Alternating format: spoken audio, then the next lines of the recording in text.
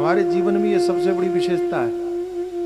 कभी ध्यान दिया है आप कि जो चीजें हमारे पास में होती हैं हम उनकी कीमत नहीं करते, और जो नहीं होता है उसको पाने के लिए दिन रात मेहनत करते। जो है उसका मूल्य नहीं समझते, उसको महत्व देना नहीं आता। जो नहीं है वो मिल जाए उसके लिए प्रयत्न करते। और जीवन भर यही चलता रहता है, क्योंकि जो मिल जाता है उसकी कीमत। आप छोटे बच्चों को देखो, आप उनको आप खिलौना दिलवा दो, 2 दिन खेलेंगे, तीसरे दिन फिर रोएंगे, अब उनको नया खिलौना चाहिए। तो जैसे बच्चों की स्थिति होती है, हमारी स्थिति में भी बड़े होने के बाद में कोई परिवर्तन होता नहीं है। खिलौनों की जगह पदार्थ बदल जाते हैं, प्रवृत्ति वैसी ही रहती है। जो गाड़ी आपके पास में होगी उसकी महिमा कम हो गई, जो नहीं है उसकी चाह बनी रहेगी। संसार के प्रत्येक पदार्थ में ऐसी प्रवृत्ति देखने को मिलती है, ऐसी चाह देखने को मिलती है। और यह जीवन भर नाटक चलता है, क्योंकि अभाव की पूर्ति तो संसार कभी कर ही नहीं सकता। कितनी चीजों को आप इकट्ठा करो, कहीं ना कहीं तो कुछ गड़बड़ हो गई। जीवन भर लगे रहे, संतान हो जाए, नहीं हुई, निराश हो गए लोग, मर जाए। आदमी अंत में यही सोचता है कि मर ही जाए, क्या करें। लेकिन महात्मा मिल गए और संत ने आत्मदेव को बचाने का काम किया। संक्षिप्त में बात इतनी सी सुनो कि फल दे दिया और कहा अपनी पत्नी को खिला दो, इसको खिलाने से तुम्हारे संतान हो जाएगी।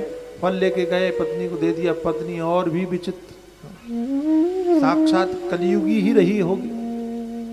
आजकल कुछ और धुंधलियां देखने में मिलती हैं, उनको संतान ही नहीं चाहिए, पता नहीं क्यों। विवाह करें तो भी संतान की अपेक्षा नहीं रहती, जबकि होना तो चाहिए, भावना तो ऐसी होनी चाहिए। खैर, तो उसने कहा हमें संतान की अपेक्षा नहीं। उसने वो फल खिला दिया गाय को, और दूसरे की संतान को अपनी संतान बना के प्रकट कर दिया, नाम रखा धुंधुकारी। संत का जो फल था वो तो निरर्थक होता नहीं। गाय ने भी बच्चा दिया और उसका नाम पड़ा गोकर्ण। अच्छा, हम लोग भी धुंधुली वाला काम करते हैं। धुंधुली ने क्या किया कि धुंधुली को जो फल मिला उस फल को उसने स्वयं नहीं खाया।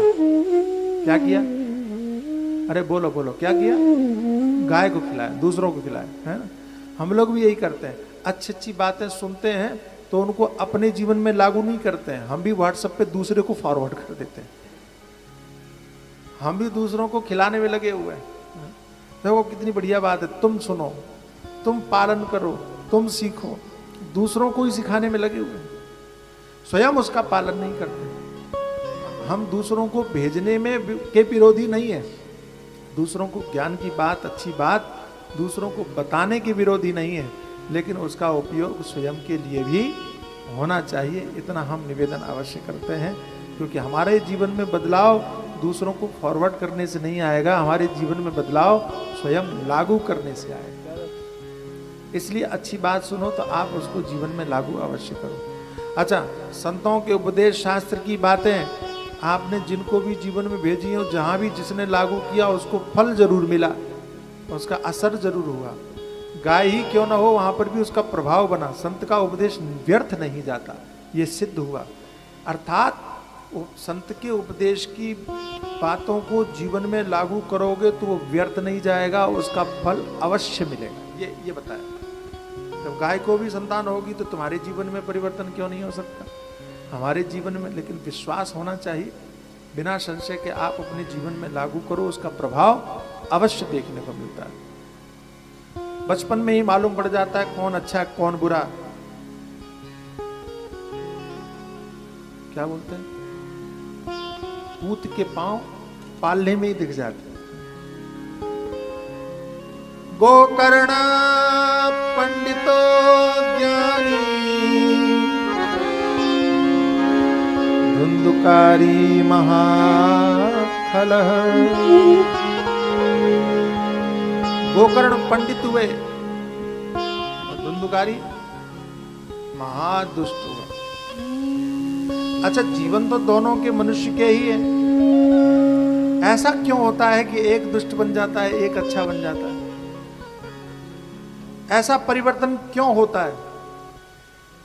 तो कहा भैया चलना तो हम सबको आता है, लेकिन सच्चाई यह है कि मार्ग कैसा है उस पर डिपेंड करता है आप कहां जा रहे हो। पैर वही है, गाड़ी वही है, मार्ग डिसाइड करता है रास्ता, कौन से रास्ते पर आप गए।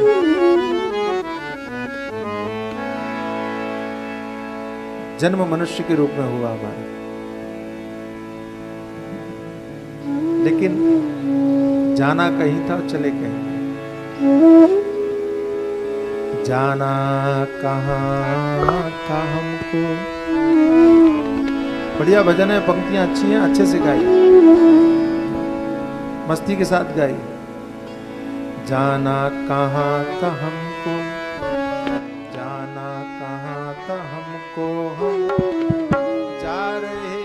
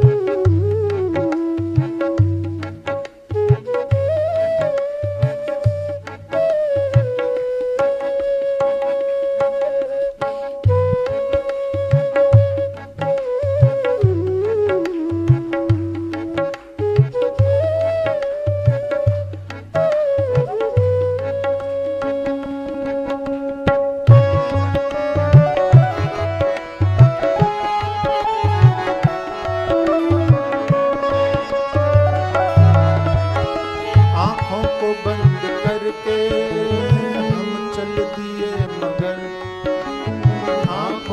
बंद करके हम चल दिए मगर, आंखों को बंद करके